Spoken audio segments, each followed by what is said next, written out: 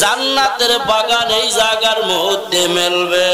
এই জান্নাতের বাগানে হযরত উলামায়ে কেরামেরা আসিয়া আমার মাওলার মহব্বতে, আমার মাওলার ভালোবাসা ওই সিনার মধ্যে আমার মাওলার মহব্বতের আগুন সিনার মধ্যে লাগাইয়া দেবে। এই জন্য আল্লাহর বান্দারা যারা আসছে কোনো কিছু খাবার জন্য আসে নাই, কোনো কিছু পাবার জন্য আসে নাই, এরা আসছে এর কারণ হলো আমার মাওলারে যদি পাওয়া যায়, মাওলা তোমায় পাইবার আশায়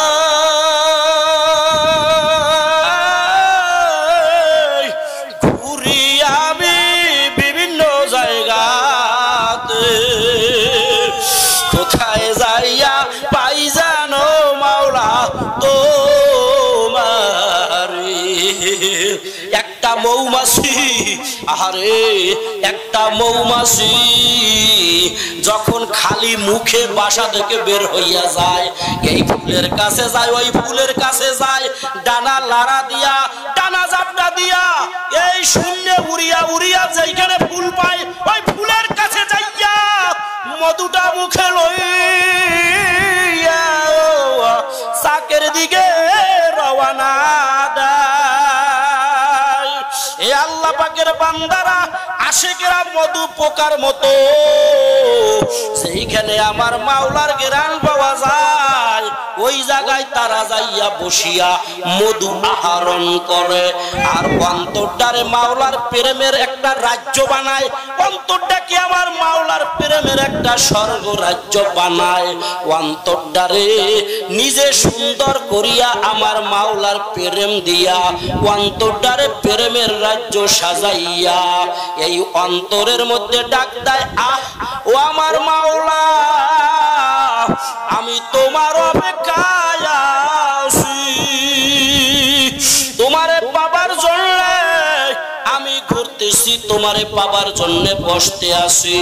ওই আশিকেরা মধু পোকার মতো অন্তরটারে মধু শাক বানাইয়া যেই জায়গায় মাওলার কথা বলা হয়, যেই জায়গায় আশিকদের মেলা মেলে, যেই জায়গায় আমার মাওলার প্রেমিক পাওয়া যায়, আশিকরা ওই জায়গার মধ্যে যাইয়া আমার মাওলা প্রেমের কথাগুলো শুনিয়া আর অন্তরটার মধ্যে আমার মাওলার প্রেমের শখ লাগায়, আমার মাওলার প্রেমের তেজ লাগায়, আমার মাওলার প্রেমের তেজ লাগাইয়া বান্দা অন্তরটারে কারে কুরবানায়।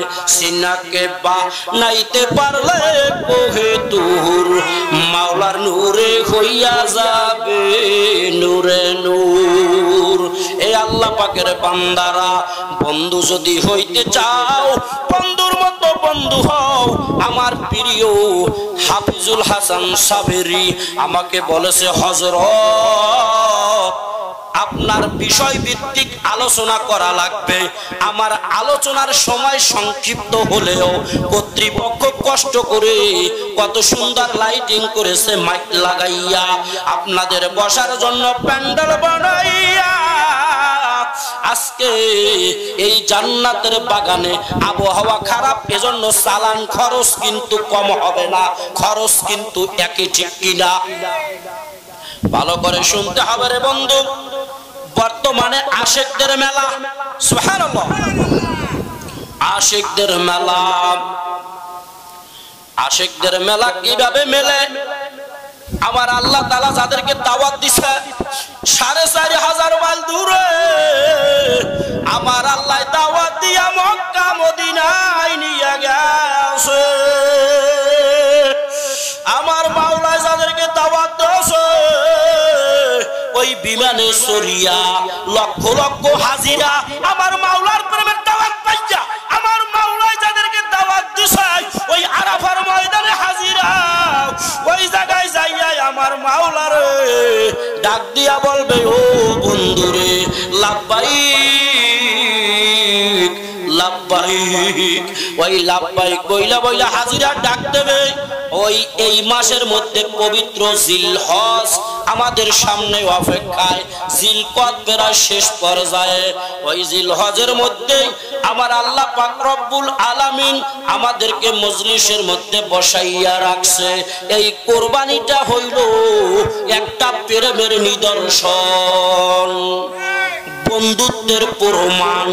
আমার আল্লাহ পাক রব্বুল আলামিন চায়, আমার আল্লাহ দেখতে চায় সবচাইতে তুমি আমারে বেশি ভালোবাসো কিনা। এই কোরবানি হলো আমার মাওলার বন্ধুত্বের মার্কিন করবে। তোমার সবকিছুর চাইতে তুমি আমারে বেশি ভালোবাসো কিনা। এই কোরবানি ওই জিলহজ মাসের মধ্যে আমার আল্লাহ তাআলা ভালোবাসার যেই নিদর্শন দেখাইবে, আমরাও কোরবানি দিতেছি। আমার মাওলারে ভালোবাসার কোরবানি, আমার মাওলারে ভালোবাসার পরীক্ষা। ইব্রাহিম খলিলুল্লাহ 80 বছর বয়স, কোন সন্তান নাই, 80 বছর বয়স, একেবারে একা একা নদীর পাশে বৈশা বৈশা গান গায়, অন্তরে বড় ব্যথা, গান গায়। একটা ছেলেদের মালিক, একটা ছেলেদের রোজগার খাইবার আশা নাই, মাটি দিবে কে। আমার আল্লাহর বড় প্রিয় খলিল, আমার আল্লাহর মোহাব্বতের বন্ধু। আল্লাহ ডাক দিয়া বলে, আমার খলিল গো, যার কোনো সন্তান নাই তারে কি কেউ মাটি দেয় না, তারে কি কেউ কবর দেয় না? তুমি আমার বন্ধু হইয়া কেমন কথা বললা? ইব্রাহিম খলিলুল্লাহ কয়, বন্ধু রে, ধ্যানে পড়িয়া বললিয়া ফলাইছি, ভুল হইয়া গেছে, ধ্যানে পড়িয়া বললিয়া ফলাইছি। আমার আল্লাহ তাআলা বলে, আচ্ছা ঠিক আছে, এক মনের ব্যথা এমনি কইলে কি সারে? আবার একটু পরে ইব্রাহিম খলিলুল্লাহ ডাক দিয়া বলেন, একটা ছেলে দেরে মালিক,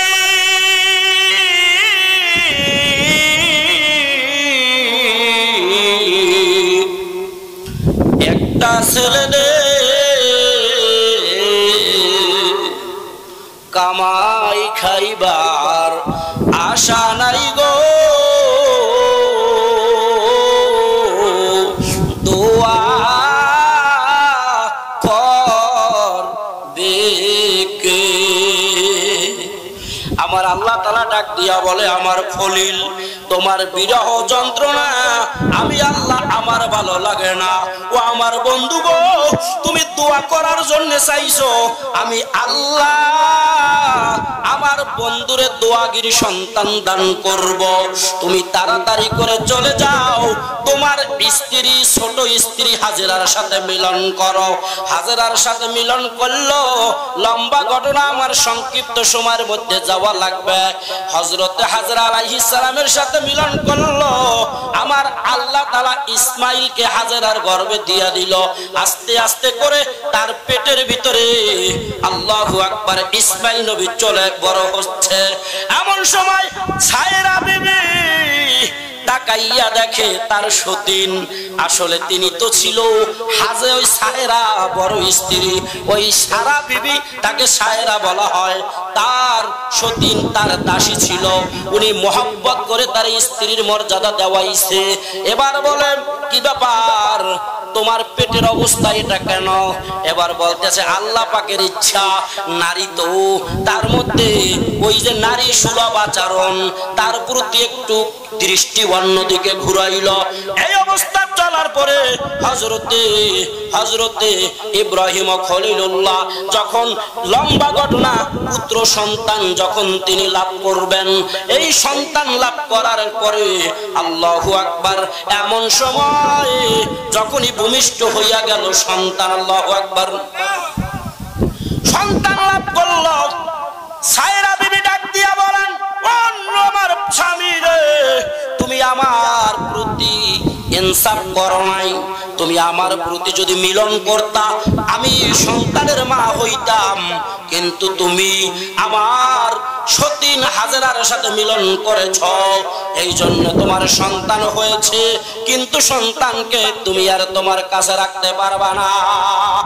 আর হাজেরা আলাইহিস সালাম বড়ই আনন্দিত, বড় খুশি, বড় আনন্দিত, বড় খুশি। ইব্রাহিম খলিলুল্লাহরে ডাক দিয়া সারা বিবি বলতে আছে, আমি আপনাকে বিবাহ করাইলাম হাজেরাকে, কিন্তু এখন আর আমার এই ঘরে থাকতে পারবেন না, আপনার সন্তানকে বনবাসে দেওয়া লাগবে হাজেরারে সহ। ইব্রাহিম নবী বিপদে পড়ে গেল, বিপদগ্রস্ত হইয়া গেল, মাথার মধ্যে আকাশ যেন ভেঙ্গে পড়তে আছে, কি করবে, কিংকর্তব্য বিমূঢ় হইয়া গেছে।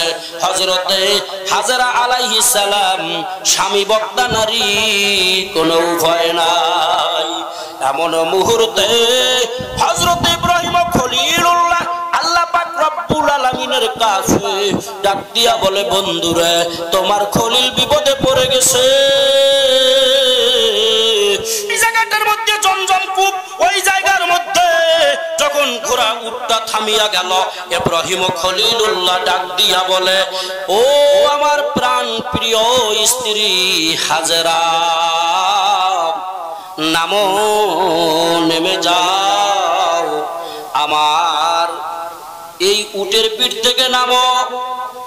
কথা বলতে পারে না, কিভাবে বলবে নামো? অত্যন্ত শক্তি নিয়ে কলিজার টুকরা সন্তানটাকে সহ নেমে যাও। নামার কথা যখন বলল, হাজেরা আলাইহিস সালাম নামলো, ঘোড়াটা ঘুরানো ধরছে, বলে, প্রাণের স্বামী আমার, এই গভীর অরণ্য জঙ্গল, এই গভীর জঙ্গলের মধ্যে আমাদেরকে রাইখা আপনি কোথায় যান, আপনার কাছে জানতে চাই। এবার ইব্রাহিম খলিলুল্লাহ ডাক দিয়া বলে, বিবি রে, আমার কাছে কোনো কিছু জিজ্ঞাসা করিও না, জবাব দিতে পারবো না। এবার হাজেরা আলাইহিস সালাম তাকাইয়া দেখায় ইব্রাহিম খলিলুল্লাহ চোখের মধ্যে পানি, দাড়িগুলো টপ টপ করে পানি পড়তে চায়। এমন সময় হাজেরা আলাইহিস সালাম দেখে ইব্রাহিম খলিলুল্লাহ কান্দে, কলিজার টুকরা ইসমাইল হাজেরার কোলে। হাজেরা আলাইহিস সালাম এমন সময় ডাক দিয়া বলে, প্রাণের স্বামী আমার, আপনার কাছে আমি একটা কথা জানতে চাই, অন্য কোনো প্রশ্ন করব না। আপনি এই বিপদের মুহূর্তে আমাদেরকে রাইখা মনে হয় বিদায় নিয়ে চলে যাচ্ছেন রে স্বামী আমার, আপনার কাছে আমি জানতে চাই, আমাদেরকে এই জায়গায় যে আপনি রেখে গেলেন, এইটাকে নিজের ইচ্ছায় রাইখা গেলেন নাকি আল্লাহর হুকুমে? আপনি কি আমাদেরকে এই জঙ্গলের মাঝে নিজের ইচ্ছায় রেখে গেলেন নাকি আল্লাহর হুকুমে, এইটা জানতে চাই। ইব্রাহিম খলিলুল্লাহ চোখের পানিতে বুক ভেসে যায়, হাজেরার দিকে চক্ষু দিয়া তাকাইয়া ঘুরাইয়া জবাব দিয়া বলে, ওগো হাজেরা, তুমি কি বিশ্বাস করো তোমার স্বামী ইব্রাহিম আল্লাহর পয়গম্বর? তুমি কি বিশ্বাস করো গো তোমার স্বামী ইব্রাহিম আল্লাহর পয়গম্বর? এই কথা বলার সাথে সাথে হাজেরা আলাইহিস সালাম বুইজা ফালাইছে। এবার বলে, ও আমার প্রাণের স্বামী, আল্লাহর হুকুমে যদি হয়ে থাকে আপনি চলে যান, স্বল্প সময়ের মধ্যে আপনার সাথে আমি ছিলাম, যদি কোনো বেয়াদবি করে থাকি তাহলে আপনি ক্ষমা করে দিন, আর আপনার কাছে আমি কিছু বলতে চাই না, যেই আল্লাহ আমাদের রয়েছে ওই আল্লাহ আমাদেরকে হেফাজত করবে। এই কথা বলে যখন বিদায় হইয়া যায়, ইব্রাহিম নবী কান্দে কান্দে কান্দে বুক ভাসাইয়া যখন রওনা দিয়ে